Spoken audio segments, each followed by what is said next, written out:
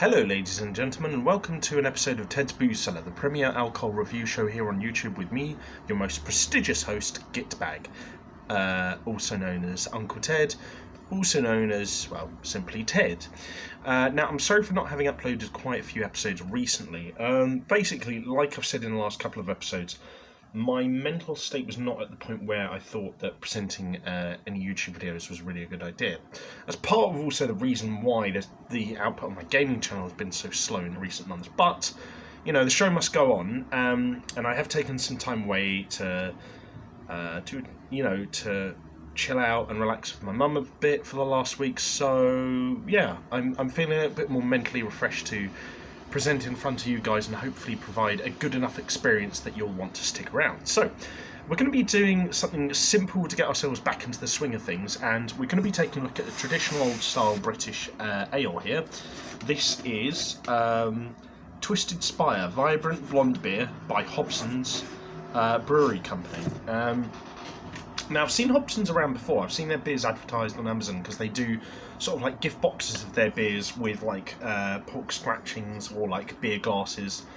And it says here, a beer with a real twist. Clearbury Mortimer, home of Hobson's, has a curious and rare twisted church spire. Rumour has it that the rarity of a virgin getting married in the church meant even the spire had to turn around to take a look.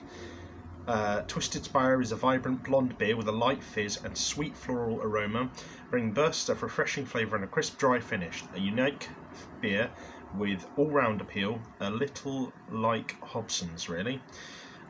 Finest ingredients. So the ingredients contains wheat and barley, so if you're allergic to those, keep a mind out.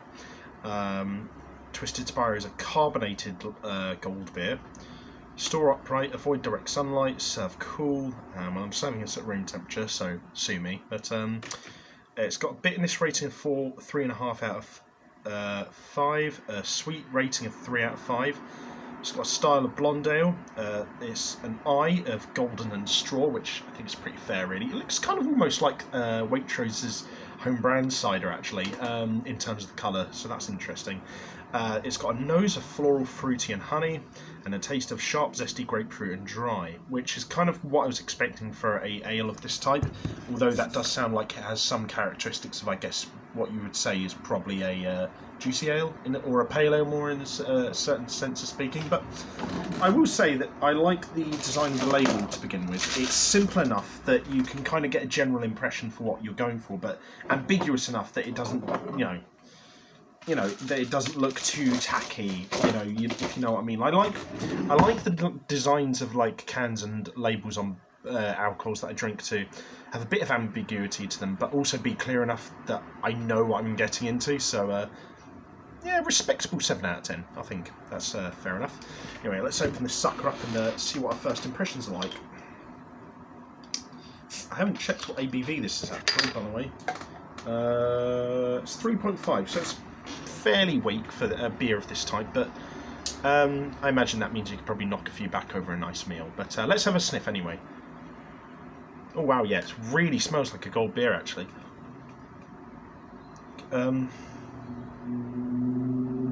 Let's see. Definitely getting a bit of the honey with an after smell of fruity.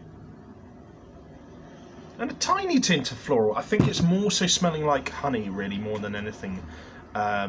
So I guess the smell description was kind of on point.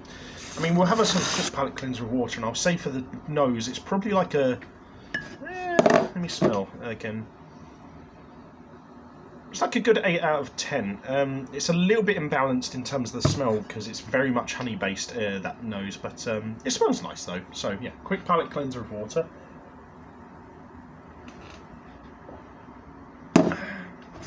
And now, for the most important part of the video, and to everyone watching at home, thank you for your support, have a great weekend, and it's good to be back.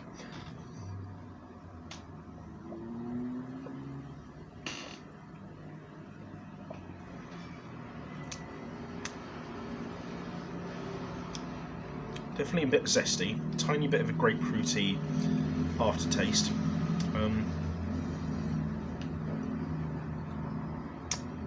Bit of a dry finish, but The texture's fairly balanced. It's not sharp though, like it says on the back of the bottle. If anything, I would say there's almost very little sharpness, if any. Not that that's necessarily a bad thing. I mean, it's got more of a wet texture more than a dry one. The finish is quite dry, I suppose, but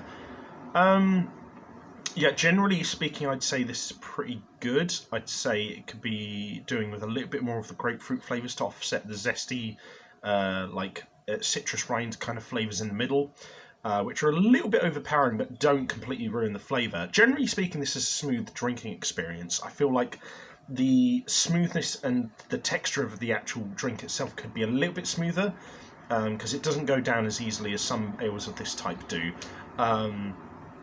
But that being said, it's not an unpleasant drinking experience in any sense. The flavour that is there is good, and similarly to the smell, what is there is good, and there are clear characteristics that you can really get your taste buds to grip into. But it's a little bit imbalanced. It's not unfocused. Like, this is a well-brewed beer, but I just feel like the flavour's a little bit unbalanced. So if you added a bit more of the grapefruit, made it a little bit more sharp towards the beginning to sort of like zing people into the flavour, and then made the texture a little bit more dry and mellow, I feel you'd have an absolute winner here. That being said, what is here is good, and I feel like it is generally a really solid ale, and I feel that Hobson's Brewery Company should do themselves proud because they have made a good beer here. There's just a few things I would change. It's not a bad beer at all. But it could definitely be a little bit better. But that being said, I think I'll give it a solid 7.5 out of 10. It's not quite elite level beer, but it's very good, and I would gladly go out of my way to get it again. I can't guarantee that absolutely everyone would like it, but I would definitely recommend trying it for first-time golden ale drinkers. So, if you guys like this video, leave a like, share, and subscribe. If you have any suggestions for future episodes of Ted's Booze Cellar, let me know in the comment section down below.